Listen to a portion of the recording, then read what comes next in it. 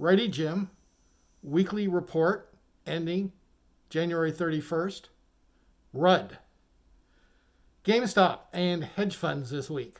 We're in the news because there was a Reddit group that decided to go after hedge funds that were trying to short GameStop. They've been trying to short it for over a year, and they've decided that hedge funds were bad and that they're all going to get together and buy the stock up, because it turns out that the stock was 148% sold short. Meaning if there were 100 shares of the company, there were 148 shares sold short. Now that's not a situation that should be able to happen, because you're supposed to be required to borrow the shares to sell them short. So you can only borrow 100% of the shares. So how that happened is something the SEC definitely needs to look into. But when that was found out, the groups on Reddit got together and decided to start buying the stock up.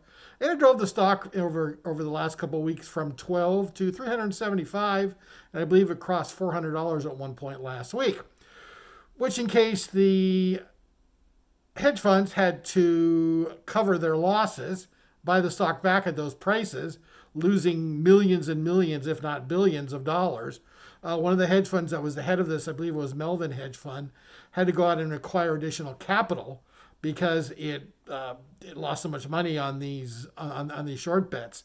The Reddit people were all thrilled. They thought it was great. Now, interestingly, though, many of the online brokers like Robinhood, I'm not sure if E-Trade was involved, TD Waterhouse was, have basically stopped people. Now, they've reinstated it over the weekend, but last week they stopped people from taking new positions in the stock to kind of somewhat help out the hedge funds. Now, you can look at it from a couple different ways. One, they did it because they're trying to help the hedge funds. Two, the stock has no valuation basis for its $375 number. The company doesn't have any earnings at this point, and actually had been close to teetering on bankruptcy previously. So now it's worth like $20 billion. If this was allowed to continue and people kept buying this stock for no good reason, and the thing plummets back down to $40, $30, there are going to be lots of people that have lots of losses, and someone's going to step up and say, gee, why wasn't this stopped? This knew this was coming. So that's possibly why the brokerages did that, though it doesn't look good, and it doesn't seem to be a real good idea. You basically have to look at it as a question of protection versus caveat emptor. Let the buyer beware. Number two, SpaceX versus the FAA, or I should say Elon Musk versus the FAA. Elon Musk has been frozen from test flying his Starship model, or Starship serial number 9, down in Boca Chica, Florida. They're trying to fly it to test it out. The previous one flew, called serial number 8. Yeah, it's not a very creative naming process, but hey, it works. It's an iterative process. And they, unfortunately, that one rutted on landing. There's no such thing as crashing in SpaceX lingo. Rutting means rapid, unscheduled disassembly. It crashed and it blew up. Though it didn't really crash in a sense, it basically was landing and one of the engines cut out, so it landed just a little too quickly and blew up because it ruptured the tanks on the space, or on the craft. So the FAA is investigating and claiming that they violated their flight permits when they did this. The FAA is not really giving any descriptions or any details other than just a generic, we're all about public safety and protecting people from being hurt by spaceflight. Elon Musk is tweeting out things about we're a civilization that will never get to Mars because we have a broken FAA spaceflight process, which probably is correct on that. So we'll see how this works out this week. Keep your eyes tuned. Maybe we'll cover a little bit more this week.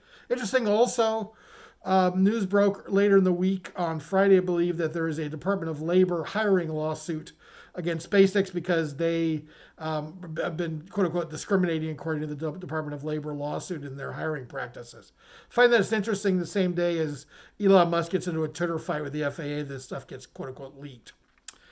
Okay, third thing is the California Employment Development Department, EDD, basically unemployment, has found to have $31 billion in fraudulent payments it's been making this year last year during the pandemic.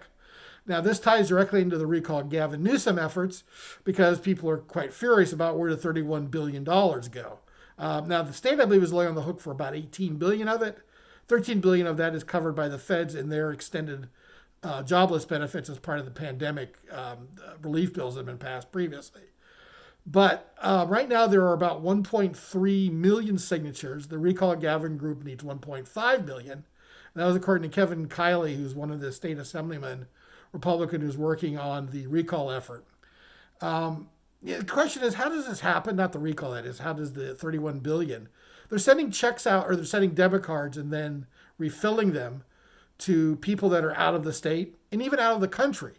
It didn't cross them as odd, or they didn't think it was odd that someone's sending a debit card to Moldova. Didn't really, wonder why am I sending a check to for someone who's claiming benefits in California to Moldova, which is halfway around the world. Yeah, you kind of got to look into that. This isn't good for Gavin. The whole virus vaccine rollout has been horrible for Gavin also, not to mention his dinner at French Laundry. For example, like again, one of the things on the EDD fraud or misalignment or mispayments is one case there were 1,700 people getting debit cards at one address. Again, no one thought about that would be odd. Nobody cross-referenced that data. So there's lots of stuff that's fallen through the cracks here. It's been horrible. It's something that needs to seriously be looked into, and it's not getting any better. And every time they look, there's just more and more money missing. So whatever, we'll see what happens. Watch the Recall Gavin effort. That's going to be tied directly to this. Okay, ready, Jim? Have a good day.